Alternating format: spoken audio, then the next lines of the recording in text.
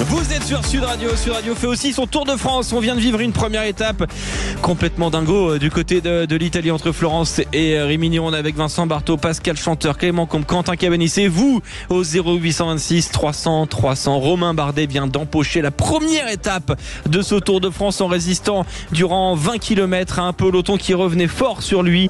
Et immense bravo à son coéquipier Frank Van Den Broek parce qu'ils étaient tous les deux en tête. Et bien Frank Van Den Broek a quasiment offert, je ne vais pas dire offert, mais a contribué avec ses tripes au succès et au maillot jaune de Romain Bardet. On était. Tu peux lui dire, on lui a offert, hein, tu peux le dire. Ouais, Vincent Barthaud, voilà, nous le dit. On parle vrai sur Sud Radio. C'est vrai qu'on était dans l'émotion, presque tremblotant là il y a quelques instants. J'arrive pas à croire qu'on ait vécu une telle émotion dès la première étape. Vincent, enfin c'est le Tour de France. On attend un an pour un truc pareil et ça se reproduit. Enfin, c'est magnifique. Exactement. On savait pas trop où en était Romain Bardet, même s'il sort du Giro et qui a priori il a bien récupéré, mais il a l'avantage pour lui, c'est que il est moins dans les radars. Comment ? Il est peut-être un peu moins dans les radars que les autres aussi.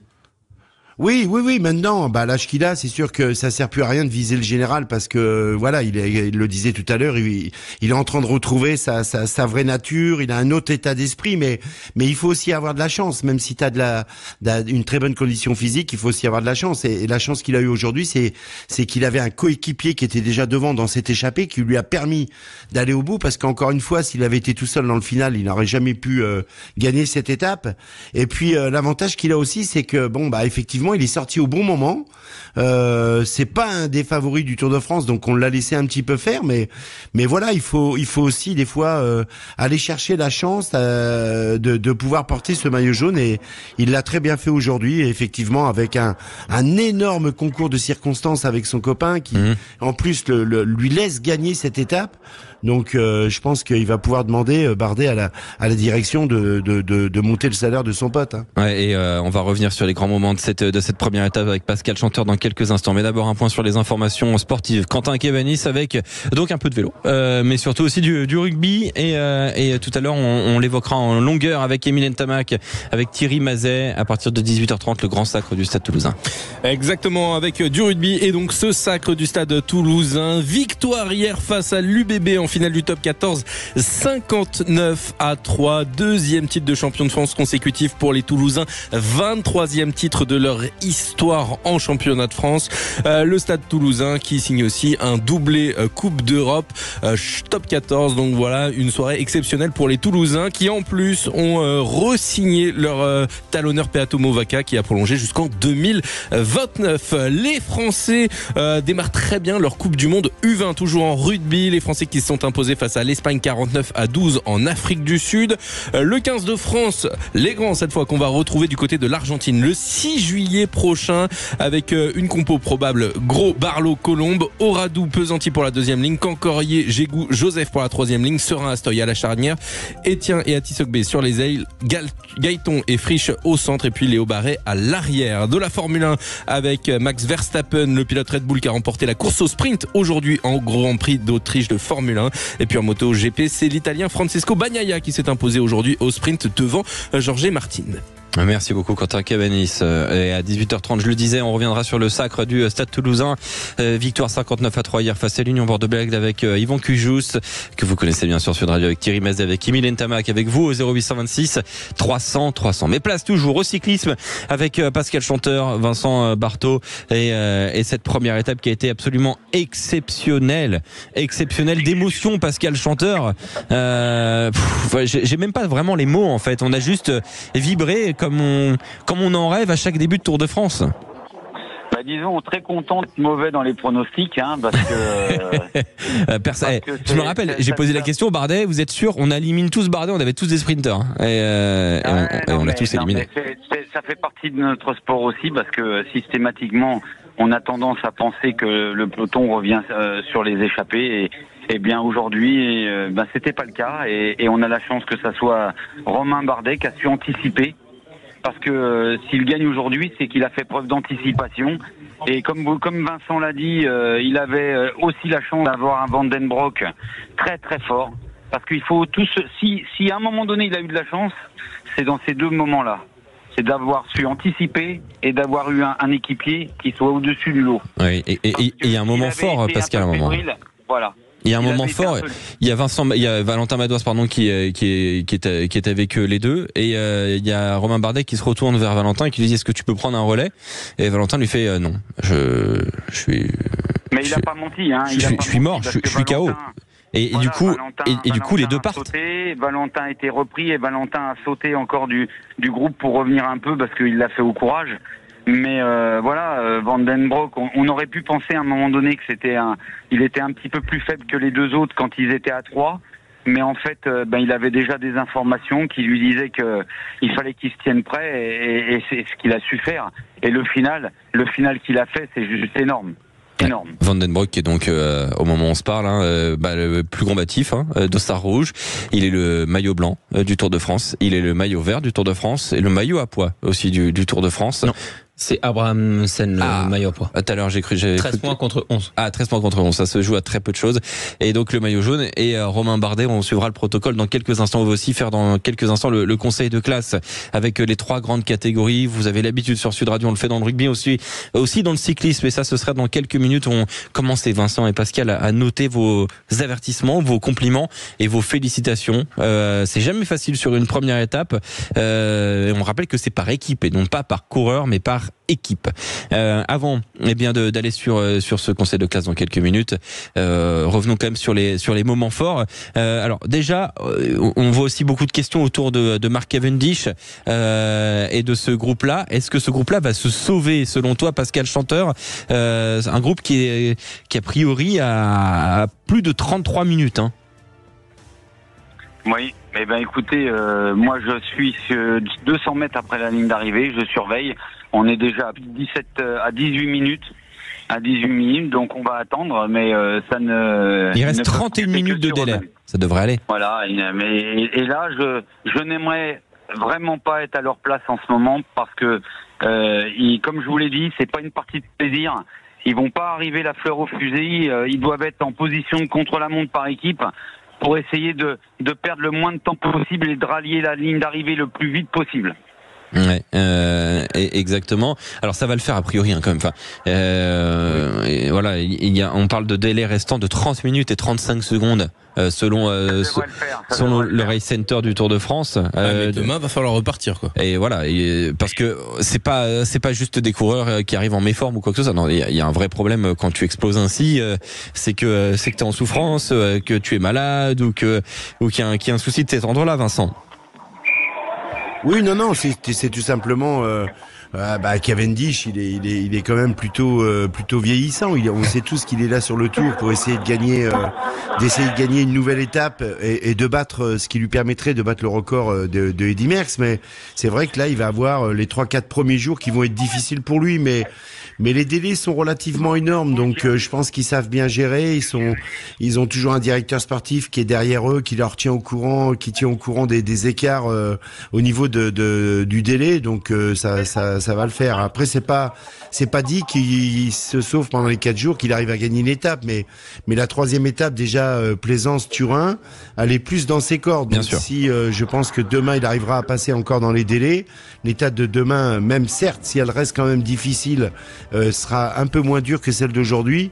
Donc voilà, on peut voir les belles choses pour Cavendish dans les prochains jours. Dans un instant sur Sud Radio, le conseil de classe de cette première journée du Tour de France qui vient de se dérouler entre Florence et Rimini. Le succès et le maillot jaune pour Romain Bardet. Dans un instant, le conseil de classe, 3 équipes à trouver entre les avertissements, les compliments et les félicitations. À tout de suite. Sud Radio Sport, Alexandre Priam. Vous êtes sur Sud Radio, sur la radio du sport et aussi la radio qui fait son tour de France. On est avec toute l'équipe, avec Vincent Barthaud, avec Pascal Chanteur sur la côte adriatique à Rimini, avec la victoire il y a quelques instants de Romain Bardet pour cette première étape, dernier Tour de France et premier maillot jaune de ce Tour 2024 devant Frank Van Den Broek à 4 secondes du coup avec le jeu des bonifs. Wout van Aert finit 3e, 4e Tadej Pogacar, 5e Van Gils de la Lotto de Lidl Trek. Ensuite on a Aron Bourou Soulsbourg qui termine 6e, Mats Pedersen. On avait aussi un Bettiol qui a fait top 10. Bettiol qui à un moment visait, hein, on l'avait bien senti. Bettiol donc qui était plutôt pas mal pour aller chercher pourquoi pas quelque chose. J'ai dit Von Gils, le Lidl Trek, non, l'auto évidemment, l'auto Destiny. On est avec Vincent Barthaud, Pascal Chanteur et c'est maintenant le moment très attendu du conseil de classe. Sud Radio Sport, le conseil de classe. Le conseil de classe de cette première étape du Tour de France. Il faut choisir des équipes. Une équipe avertissement, une équipe compliment et une équipe félicitations. Ils sont 4 à participer. Pascal Chanteur, Vincent Barthaud, Clément Combes et Quentin Cabanis. Et on attaque tout de suite par les avertissements. Bonjour, comment ça Kevin a des mauvaises notes? J'arrive tout de suite. Avertissement. Je voulais être diplomate à cause de vous tous, éviter que le sang coule, mais maintenant c'est fini. Je vais le travailler en férocité, faire marcher à coups de latte. Je suis dans mon froc actuellement, voilà. Alors des avertissements ou des peut mieux faire, hein, c'est selon. Si on veut être un petit peu plus soft. Alors, on va commencer par Vincent Barthaud. Vincent, tu as l'honneur d'ouvrir le premier conseil de classe de ce Tour de France 2024. Avertissement à quelle équipe? Ouais, quelle équipe, c'est pas facile en début de tour comme ça, hein, donc moi j'en avais pas mal dans la besace, hein. Je peux te dire que j'en avais quelques-unes. Ouais, si j'en mets un à la Française des Jeux, c'est un peu sévère, mais je vais le mettre à la FDJ. Pourquoi? Ouais. Bah parce que je trouve que Martinez s'est fait lâcher, le petit Grégoire s'est fait lâcher, Gaudu aussi. Le petit Gaudu. Ouais, voilà. Et on a appris que c'était le Covid confirmé, mais ouais, non, pas facile. Hein. Moi, j'aurais plutôt en position. On est aussi en train de te lâcher en termes de réseau. On essaie de te retrouver, Vincent, c'est bon. Ah oui. Voilà, c'est bon, t'entends bien. C'est mieux là, ça va? Ouais, c'est bon, nickel. Oui, je disais, c'est l'éclaircie Valentin Madoise quand même qui a un bon moment en tête, mais ça suffit pas. Oui, c'est vrai. Non, mais là j'ai un départ qui est pas facile. Mais moi j'aurais bien aimé plutôt passer en 5e position. On n'est que 4. Oui, voilà, vous êtes 4, donc si tu veux, on peut te mettre en 5e position. Mais tu sais quoi? Tu seras en 5e position sur la prochaine. Pascal Chanteur, vas-y, on t'écoute, Pascal. Pour une fois qu'il est premier, il se plaint. Il a été plus souvent que moi. Hein. Ça c'est sûr. Lui, il a été en jaune. Il a été sacrément en jaune. D'ailleurs, vous pouvez revivre cette histoire complètement fou dans Complètement Barthaud aux éditions Solar. Je vous montre le livre sur sudradio.fr et sur l'application Sud Radio. Pascal Chanteur, donc Vincent Barthaud a choisi la FDJ il y a quelques instants, donc en avertissement pour cette première étape. Tu choisis qui, toi, Pascal? Alors, je vous le cache pas que sur une étape comme aujourd'hui, j'aime pas trop mettre des avertissements parce que ça peut être un peu mieux faire. Hein. Étape difficile, où les coureurs ont fait preuve de courage et tout ça, c'est toujours difficile. Si je mettais une équipe, je mettrais Deceuninck et Alpecin. Ah. Parce que j'attendais mieux parce qu'il y a quand même 60 coureurs devant. J'attendais beaucoup mieux même d'un Van Der Poel parce que même s'il y avait des bosses, il doit être capable de monter ce genre de boss. Alors maintenant, est-ce qu'il prépare les Jeux Olympiques ou autre? Mais j'attendais beaucoup mieux de l'équipe Alpecin de Koenig. Qui n'a absolument pas pesé sur la course. Aujourd'hui, la Alpecin de Koenig, elle a été complètement aux abonnés absents aujourd'hui, complètement transparente. Non, mais tu vois, c'est un petit avertissement. Attention, on n'est pas là pour dire vous êtes nul à chier. Non, c'est avertissement. Il faut faire mieux. Il faut faire mieux, voilà. Et vous allez probablement faire mieux. Quentin Cabanis, avertissement à qui? Moi, je vais mettre à la Lidl Trek. Voilà, pourquoi? Parce que tout le monde se disait que en fin de course ils avaient peut-être la possibilité d'aller chercher le. Et ils menaient ce peloton. Voilà, ils roulaient et finalement ils ont pas réussi à revenir sur l'échappée. Et ils roulaient pour qui? Pour Mats Pedersen? Je pense oui. Et Mats Pedersen qui fait 7. Ouais. Voilà, donc ils remportent même pas le sprint des retardataires, on va dire. Faire un sprint pour la place de 3 et faire un sprint pour la gagne, c'est encore autre chose. Mais oui, mais quand tu te dis, vous imaginez, vous, qu'ils allaient pouvoir les reprendre, vous l'avez mis dans l'oreillette, donc vous imaginiez que Lidl fasse mieux. Donc tu es en train de dire, elle a pas assez bien bossé pour revenir sur le duo. C'est ça, oui. Donc du coup, c'est pour ça que moi je leur mets des avertissements. Ah non, mais ça s'entend. Moi je comprends tout à fait le choix de Lidl Trek. Clément Combes. Groupama FDJ. Aussi. Ouais, parce que on sait qu'un tour, il y a très peu de garçons qui sont capables de tuer le tour dès la première semaine. Par contre, il y a pas mal d'équipes qui sont capables de montrer qu'elles sont incapables de le gagner et elles sont pas rassurantes. C'est le cas de la Groupama FDJ aujourd'hui. De là, qui est complètement couru en désordre. De là, les enterrer, pas du tout. Ils sont capables de faire des coups.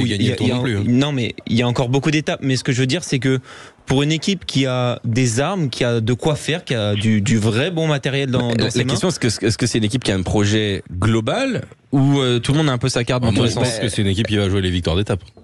Ce qu'il y a, c'est que le leader désigné a clairement pas l'air en forme et pas au niveau par rapport au reste de la concurrence. Et ensuite, première étape comme ça, tu te fais lâcher d'un peu partout. C'est compliqué. T'as un coureur à l'avant qui tente sa chance puis qui se fait déposer par le peloton. Bon, c'est pas rassurant. C'est pas pour ça qu'il y a Martinez qui est là, parce que Gaudu est pas en forme et parce qu'à la base il était pas prévu. Mais Martinez, il arrive maintenant, quoi. Ouais, voilà. Oui, mais justement, ce sera pour jouer des étapes. Ouais, mais j'ai l'impression que tout le monde jouera des étapes en fait dans cette équipe. C'est le seul bénéfice au final d'avoir été lâché. C'est le seul bénéfice d'avoir été lâché aussi tôt et aussi fort. Il aura une carte. Au moins, c'est clair et évident maintenant. Place au compliment. J'ai mis mon meilleur homme sur le coup. C'est lui-là. Vous êtes sûr? Oui. Compliment. On a eu de la chatte sur ce coup-là. Il fallait qu'on rajeunisse nos méthodes. Ouais. Et je pense qu'on a de bonnes idées. On a eu de bonnes idées. On a de bonnes idées. Champion! Pascal Chanteur, c'est toi qui ouvre le rayon des compliments. Compliments à quelle équipe? C'est-à-dire qu'on n'est pas sur des félicitations, c'est pas extraordinaire, c'est quand même beau boulot. Pas mal. Franchement, beau boulot. C'est pour qui ça? Non, DSM, parce que... donc tu les mets pas en félicitations. Hein. Attention, il y a compliments et après il y a félicitations.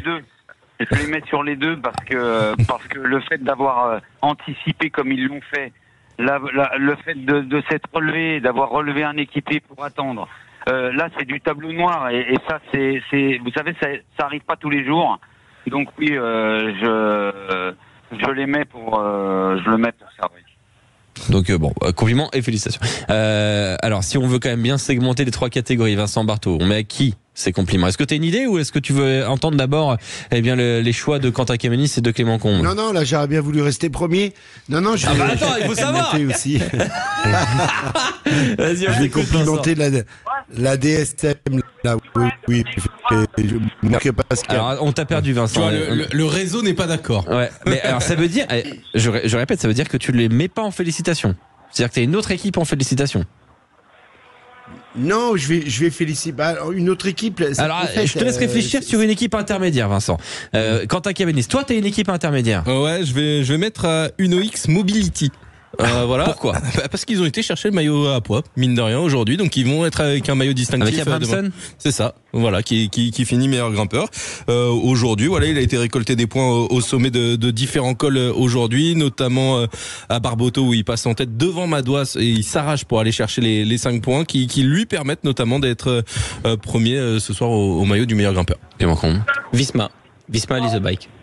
Ah ouais, même s'ils n'ont pas réussi à... On en parlera après du Cabo de Van Aert. Dans une étape avec autant d'éparpillement, de finir avec autant de coureurs autour de Jonas Vingegaard, son leader, dont on sait qu'on a encore quand même pas mal d'interrogations sur son niveau réel, et il y aura des réponses au fil du tour. Franchement, la course elle est bien gérée. Est-ce qu'on peut avoir la même lecture? Être attaqué par des leaders. Non, mais est-ce qu'on peut avoir la même lecture pour Team UAE du coup, pour Team Emirates? Oui, effectivement. Est-ce qu'on peut avoir cette lecture-là aussi de se dire, Tadej Pogačar il finit 4e de l'étape du jour.